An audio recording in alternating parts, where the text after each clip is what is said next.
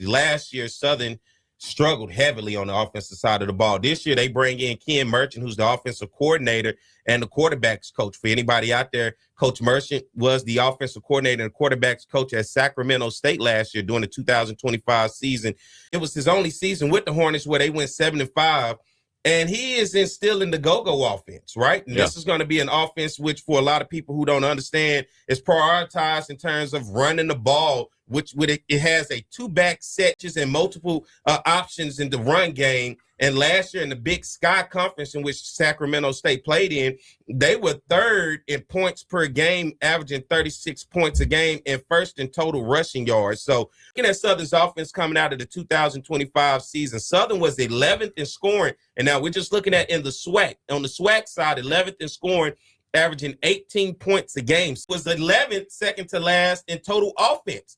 3,754 total yards on the season with 28 touchdowns, averaging 312 yards a game. Southern was 8th in rush offense in the conference last year with 424 rushing attempts with 1,866 yards rushing with 19 touchdowns, averaging 155 yards a game, and dead last in pass offense, 12th in pass offense. Southern went 153 of 299 passing for 7 interceptions, 1,888 yards passing on the season with 9 touchdowns, averaging 157 yards a game. Now we look at Ashton Strother, right? Ashton Strother, who returns this year, the only quarterback out of that quarterback room that returns.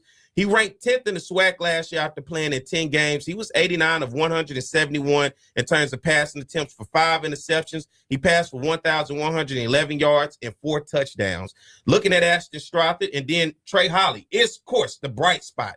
This offense was Trey Holly last year, and you got to believe with this GoGo offense, this offense is going to be Trey Holly as the Circle Impact Player this year. Trey Holly ranked 4th in the SWAC last year. So he played in 11 games. He ran for 169 rushing attempts for 869 yards, 9 touchdowns, averaging 79 yards a game. This year with this GoGo offense, I mean, I've been trying to do my research, going back and watch some old Sacramento State last year and then UNLV. Well, Merchant was an analyst at before he went to Sacramento State. And I can say that this offense, they know what they want to do. They're going to run the football. Mm-hmm. They're going to run the football. They're going to have 2 backs in the backfield. There's going to be a lot of eye candy, a lot of misdirection, a lot of read options, everything. They know who they want to be, and then hopefully they hope that defenses buy into that run game, and that will allow them to do a little throwing down the field. Mm-hmm. So still have a lot to learn about Ken Merchant and this offense, but I can tell you that just going off the surface, going off history, it gives the team an identity of who they want to be. Let's look at the quarterback room. Of course, I brought up Ashton Strother, but then let's talk about the rest of the guys in the room that you got a chance to see. Well, outside of Strother, the only guy returned from last year is Dylan Compton, a freshman from Bunkie. He didn't play at all last year. I think he even went through a few injuries. And they also brought in their own guy. They brought in Wyatt McCauley, a transfer from Long Beach City College in California.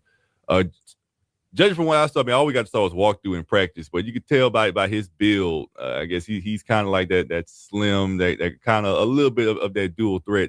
And the one quote that stuck out to me from Marshall Faulk when we talked to him the other day was, we asked him about the quarterbacks. He said, I want my quarterback decided by the fall. Mm-hmm. By the end of the spring, through some parts of the summer, we have to have our guy known by the fall, because he says that he's seen it happen where they let these competitions drag on and kind of mess things up. He wants his starter to know that he's the guy. He wants to know his backup, know that he's the backup, and so on, so on. So that tells me they have a sense of who they want to be the starter. And if you read between the lines, 9 times out of 10, coaches want the guy who they brought in to be the starter. So, I mean, I would say McCauley, he's not the starter yet, but I have a sense that they want him to be the guy.